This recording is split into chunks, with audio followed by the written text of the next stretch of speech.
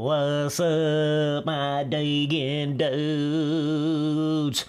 Haiden Degan supposedly is going to show up to Detroit with the injured wrist, alright? So, I'm really not surprised by this. Even when we heard about the injury, it wasn't necessarily like Degan just wasn't going to be racing. It was just more so, how is this wrist injury going to affect him? But obviously, mad respects for Degan at least still trying to show up. That's a big thing right there. It's kind of like Degan understands how important it is for him to come out here in his second year after, not winning a single Supercross main event last year. Obviously, he was a rookie, but I'm just saying, it's important for Degan to come out here in this second year instead of just missing the whole year of Supercross, right?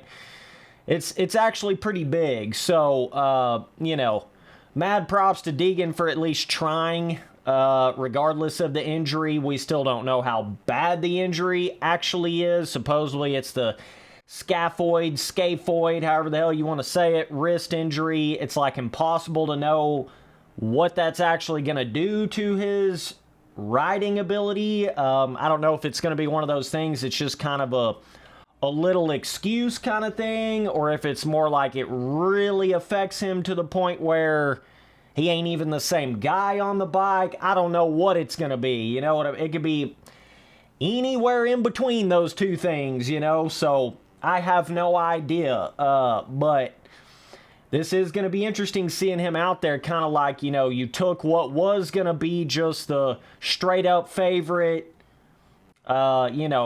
should be the fastest kid out there, and he's coming in with the wrist injury, so it may sort of lower Degan down to the level of some of these other guys, or even below it, or he may go out there and realize he can't even do this shit with that wrist injury, or he may just try to manage the first couple races, that sort of thing. I do think it goes, East Coast for the one round, and then does it go back west for one round? So technically all he would have to do is make it through this first race, and then he would have a whole nother extra week off before you go West Coast again.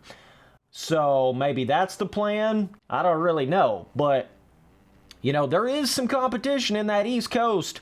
You got Micka Duty, you got Forknut. I mean, you got a lot of guys out there.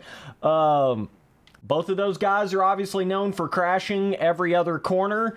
So, them boys may already be crashed and injured before Degan even gets rolling in this, East Coast championship here. But also Degan is crashing a lot. So, Degan's going to have to keep it on two wheels. That's real important in those 250 championships when they don't have a lot of races, How many times have we seen some guy go out there and look like he's on a whole nother level of speed, elite level cornering, like he's on a whole nother stratosphere, and then he has some crash that takes him out of the championship. This has happened. If I just had a penny for every time that happened, Smitzy Boy be rolling in the dough out here. So that's a pretty big deal. It's not like in the 450 class where you can wad your shit up and have like a 22nd place and still come back from it. It's not really like that in the 250 class. It almost takes more consistency in the 250 class because there's not as many races. So, but yeah, we did get that information that Degan should be there for the first round. Detroit coming up. He does have the wrist injury. Again, we don't know the extent of it, how much it's going to affect him. I don't know. I don't have any idea. But we got guys like, Daxton in rookie year, Supercross on the Yamaha. We got some other Yamaha boys out there. There's probably some other guys I'm sort of forgetting about in my head, but I think it's mainly going to be, Pro Circuit Cowie boys. Obviously, Seth Hamaker, I believe, is in there, right? So, like, 3 pretty big-time Cowie boys will be there. And then the Yamaha boys will be there. So you kind of got that going on. Trying to think of who the hell else is even in this coast. I certainly think West Coast was a little bit more stacked.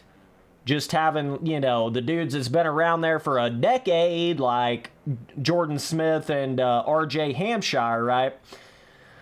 So I definitely think this is helping Deegan's chances by going East Coast. You know, I think the injury kind of forced him to go East Coast, but at least he is going some coast, and he's not just missing the entire Supercross season.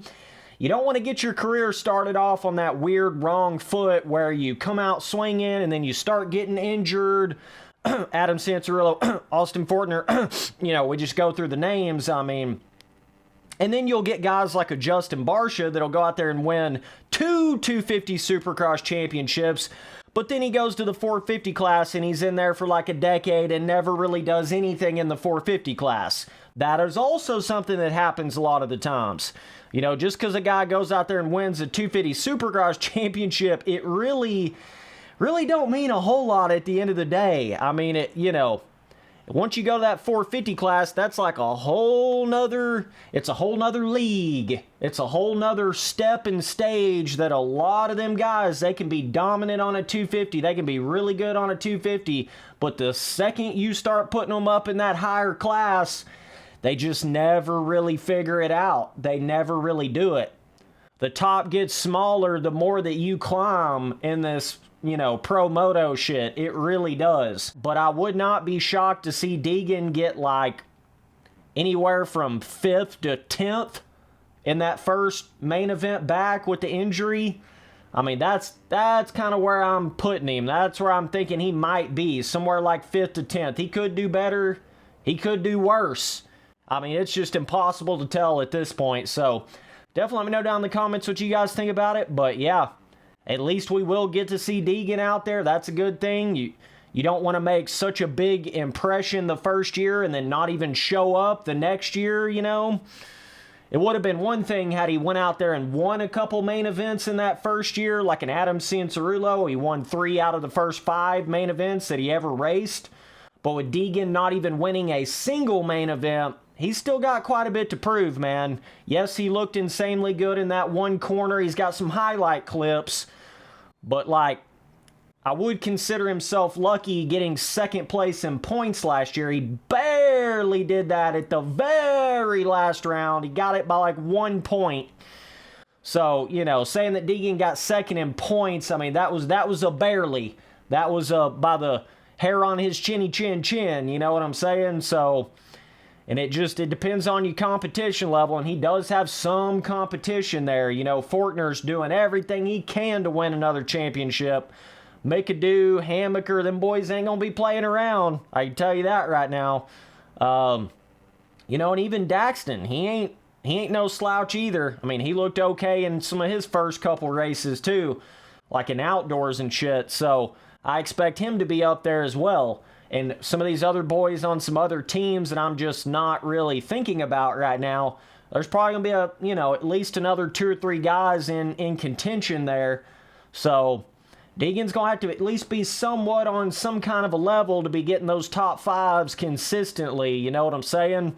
But yeah, I just feel like this is that year where Degan really needs to... He needs to show something in Supercross, man. He really does. Again, he's got the highlight clips. I'm not denying any of that.